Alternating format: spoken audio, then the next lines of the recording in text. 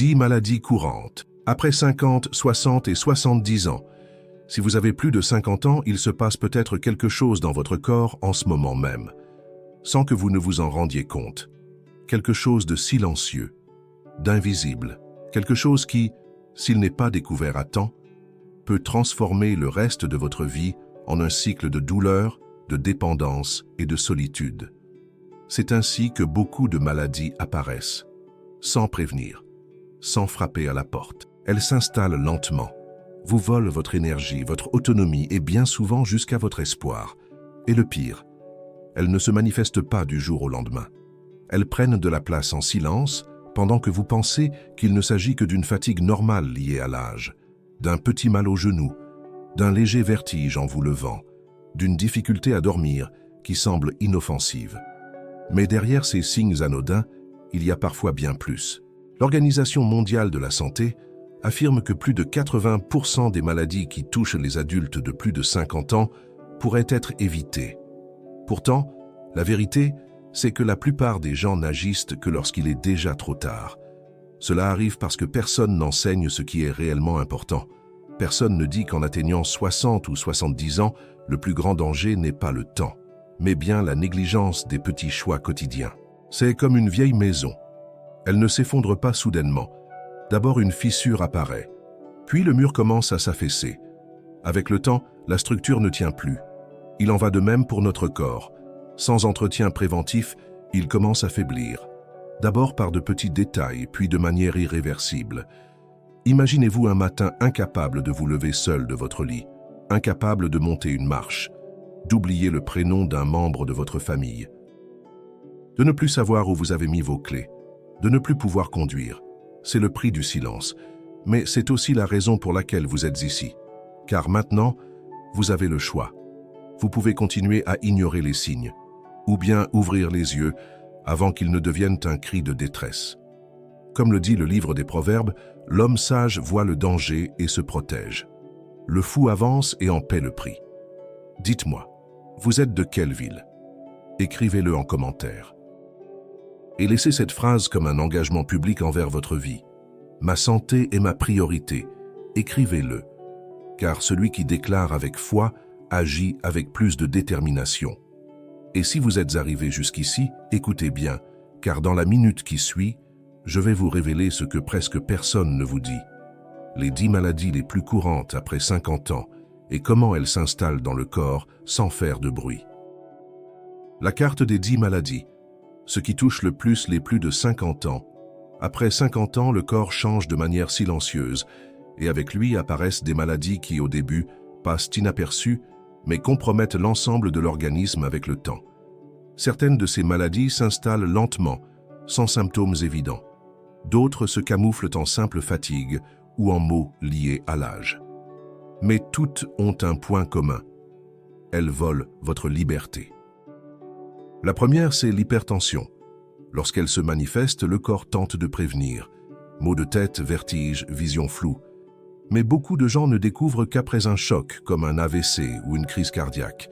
Et là, il est trop tard pour prévenir. En deuxième position vient le diabète de type 2, une maladie insidieuse qui s'installe sans douleur et attaque les vaisseaux, les reins, les yeux et même le cerveau. Nombreux sont ceux qui ne s'en rendent compte que lorsque le sucre dans le sang a déjà causé des dégâts. Viennent ensuite l'arthrose et l'arthrite. Fréquentes chez les plus de 60 ans, les douleurs aux genoux, aux mains ou au dos deviennent une véritable prison. Elles retirent le plaisir de marcher, de monter les escaliers, de faire des gestes simples. La maladie d'Alzheimer est un autre ennemi qui s'installe en silence. Au début, ce ne sont que de petits oublis. Un nom, un rendez-vous, une clé égarée. Mais peu à peu, la personne perd son identité, la notion du temps, jusqu'à oublier ceux qu'elle aime. L'insomnie fait aussi partie de cette liste. Mal dormir nuit après nuit épuise le corps et embrouille l'esprit. Sans sommeil profond, le corps ne se régénère pas. Et cela ouvre la porte à bien d'autres maladies. La dépression, souvent ignorée, ronge l'envie de vivre, la joie, l'étincelle dans le regard. Et lorsqu'elle s'ajoute à la solitude, c'est comme une obscurité intérieure invisible mais lourde à porter.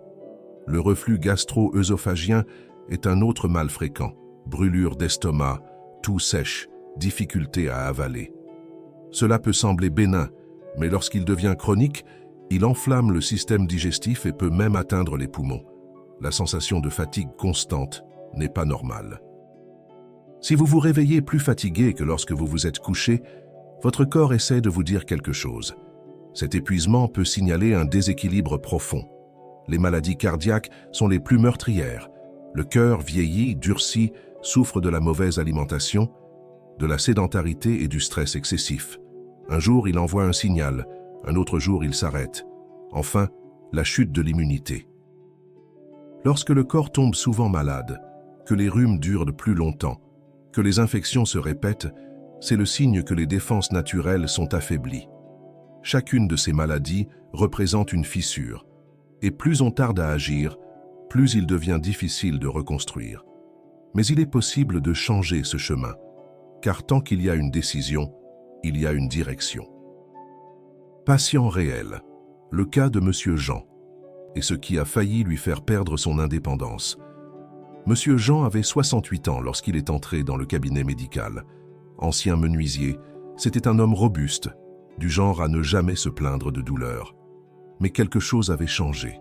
Il racontait qu'il oubliait des prénoms, qu'il se sentait constamment fatigué, et que ses jambes étaient lourdes en fin de journée. Il pensait que ce n'était que le poids de l'âge, rien de grave. Il voulait simplement un petit médicament pour mieux dormir et retrouver un peu d'énergie. Pendant la consultation, ses yeux étaient cernés et ses paroles hésitantes, comme s'il était enveloppé d'un brouillard. En approfondissant les investigations, les signes étaient évidents. Il vivait avec un prédiabète, une hypertension artérielle non contrôlée, un début d'arthrose au genou et des symptômes de déclin cognitif précoce. Tout cela en silence. Tout cela progressant lentement. Et tout cela considéré comme normal. Mais ce qui a vraiment attiré l'attention, c'est lorsqu'il a dit « Le pire, docteur, ce n'est pas la douleur. Le pire, c'est la peur de devenir un poids pour mes enfants. » Cette phrase est restée suspendue dans l'air comme un écho. C'est cette peur que beaucoup portent en silence. La peur de perdre leur autonomie. La peur d'avoir besoin d'aide pour des gestes simples comme se laver ou aller aux toilettes. Avec le temps, Monsieur Jean a commencé un programme simple. Pas de comprimés puissants ni de traitements onéreux. Il a modifié son alimentation, intégré des tisanes anti-inflammatoires, s'est mis à marcher chaque matin, a supprimé le sucre raffiné, s'est couché plus tôt et a recherché la lumière naturelle du soleil. 3 mois plus tard, il est revenu plus léger, plus éveillé, plus stable. Sa mémoire ne flanchait plus comme avant. Les douleurs aux genoux avaient diminué. Il avait repris de petits travaux de menuiserie pour ses petits-enfants. Et avec un sourire discret, il a dit « Aujourd'hui, je me réveille avec l'envie de vivre. » Monsieur Jean n'est pas une exception. Il est la preuve que lorsqu'on commence à écouter les signaux du corps, il est encore temps d'agir. Le secret, c'est d'écouter avant que le cri ne devienne une urgence. Combien de personnes autour de vous vivent comme lui, sans savoir qu'elles marchent lentement vers la perte de leur liberté? La différence entre vieillir en bonne santé et vieillir dans la souffrance ne dépend pas du temps, elle dépend des choix. Et tandis que beaucoup pensent que seuls les médicaments peuvent aider, la vérité c'est que le corps a surtout besoin de choses simples, naturelles et régulières, car lorsque la base est restaurée, la vie peut refleurir. Comme cela a été le cas pour Monsieur Jean. Ce que révèle la science, le pouvoir de la nature que les médicaments ne montrent pas. Les analyses de Monsieur Jean ne révélaient pas seulement des chiffres altérés. Elles montraient un organisme surchargé, enflammé et affaibli. Et cela était bien plus fréquent qu'on ne l'imagine. La médecine conventionnelle, bien qu'indispensable dans de nombreux cas, se concentre presque toujours sur les symptômes. Mais derrière ces symptômes, il existe quelque chose de plus profond, de plus discret et souvent négligé. L'inflammation chronique. La science reconnaît aujourd'hui que la majorité des maladies apparaissant après 50 ans ont une origine inflammatoire. Il ne s'agit pas de l'inflammation qui provoque fièvre ou douleur immédiate, mais d'un processus lent, invisible, qui détruit progressivement. Et cela trouve souvent sa source dans les petites décisions du quotidien. Le corps humain a été conçu pour vivre en mouvement, exposés au soleil, nourris par des aliments purs issus de la terre. Mais la réalité actuelle est tout autre. Aliments ultra transformés, nuits écourtées, sédentarité et niveau de stress que notre organisme n'est pas fait pour supporter. Et il ne faut pas grand-chose pour que ce système s'effondre. Il suffit de négliger le naturel et de privilégier le pratique. L'inflammation commence là, dans le pain blanc du petit déjeuner, dans le soda de l'après-midi, dans le téléphone avant de dormir, dans l'absence de silence pour reposer l'esprit.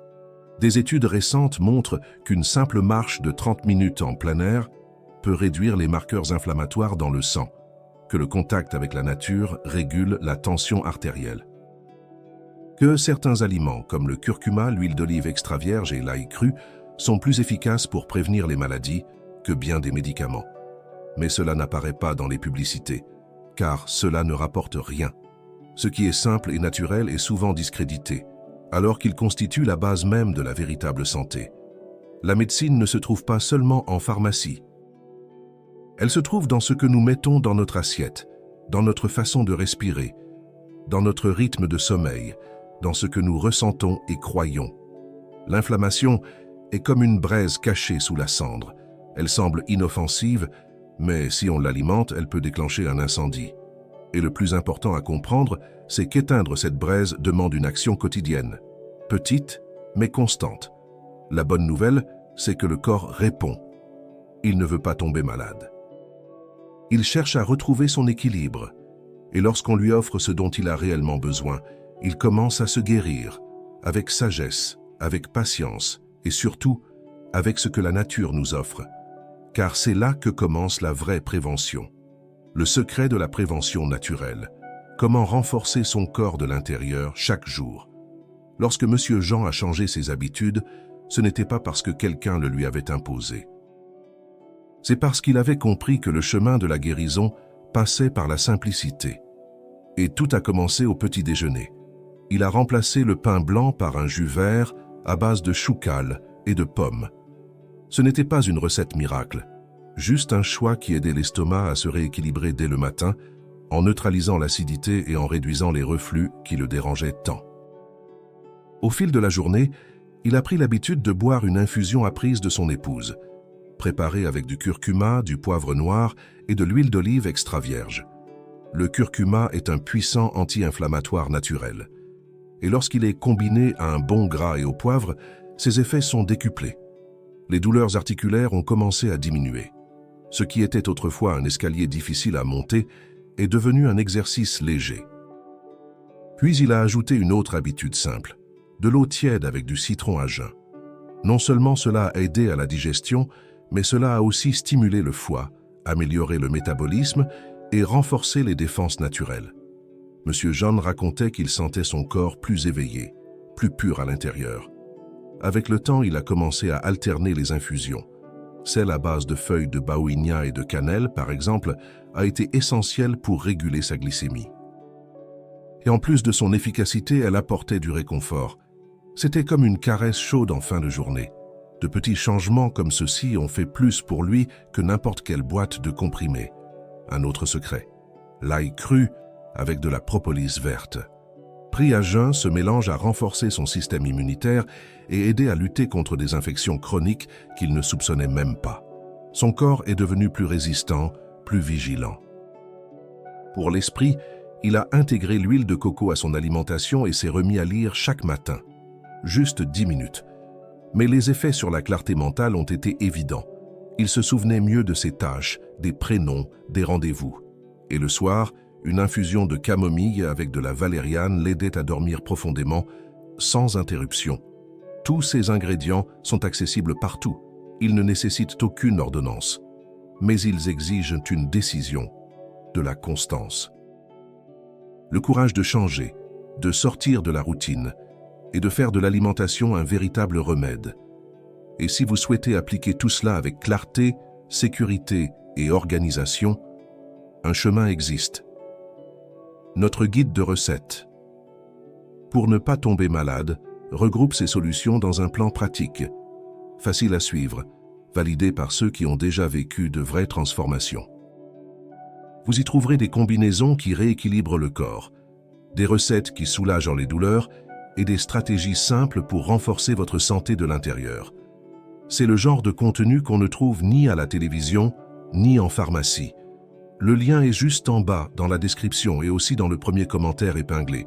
C'est un pas, mais peut-être le pas qui vous manquait pour retrouver ce que vous avez de plus précieux, votre autonomie, votre lucidité, votre paix.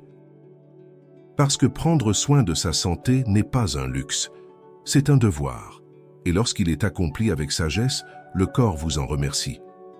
Un corps fort commence dans l'âme. Comment garder la foi, le courage et la clarté? Après 60 ans, alors que son corps retrouvait l'équilibre, Monsieur Jean a redécouvert quelque chose qu'il avait mis de côté depuis longtemps, l'élan. Cette énergie ne venait pas seulement des infusions ou des aliments, mais d'un endroit plus profond, plus essentiel. Car la véritable santé habite aussi l'âme. Et quand l'âme tombe malade, le corps suit rapidement.